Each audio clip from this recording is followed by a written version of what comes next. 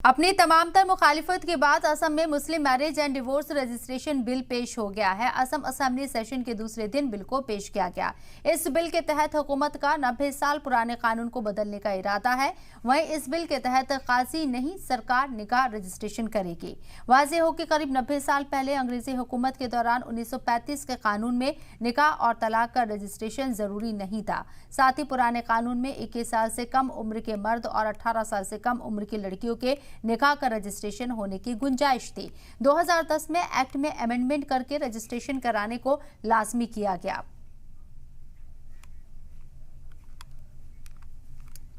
वहीं इस पर AIUDF के MLA हाजी अमीनुल इस्लाम ने अपने रद्द-ए-अमल का इजहार करते हुए कहा है कि पहले से मौजूदा बिल के रिपील हुए बिना नया बिल लेकर आना गैर कानूनी है।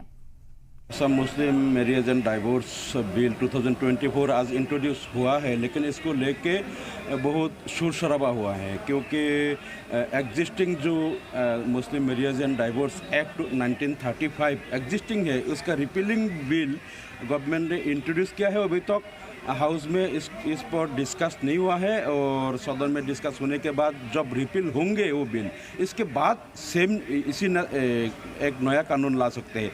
लेकिन इस सरकार ने एग्जिस्टिंग एक बिल होते हुए भी फिर दोबारा इसी नाम पे बिल एक लाया है। इसको लेके हमने ओपोज किया और हमने वॉकआउट भी किया क्योंकि उस पहले वाले बिल रिपील होने से पहले वो एक दूसरा बिल इसी नाम पे इंट्रोड्यूस नहीं कर सकते हैं, गैर कानूनी है और इसलिए हमने इसका खिलाफ आवाज़ उठाया। आज असम विधानसभा शरतकालीन सत्र का दूसरा दिन और आज दिन भर हंगामे के बाद अभी जो असम विधानसभा सत्र के दौरान असम मुस्लिम marriage and divorce repealing act को आज पेश किया गया और 29 तारीख तक इसे पास करने के लिए डिस्कशन शुरू होगा। देखा जाए तो हमने AIUDF के विधायक जो है उनसे बातचीत की है। उन्होंने साफ तौर से कहा है कि ये एक असंवैधानिक प्रक्रिया है क्योंकि एक बिल होने के साथ साथ दूसरा बिल फिर से पेश किया जाए, ये सरासर गलत है।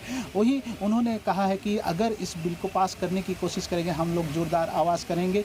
यही बातों के साथ पता चलता है कि ये जो बहुप्रत्याशित जो बिल है, जो असम मुस्लिम मैरिज एंड डाइवोर्स एक्ट जो है, उसको लेकर और जो आने वाले दिन है विधानसभा सत्र में हंगामा होगा।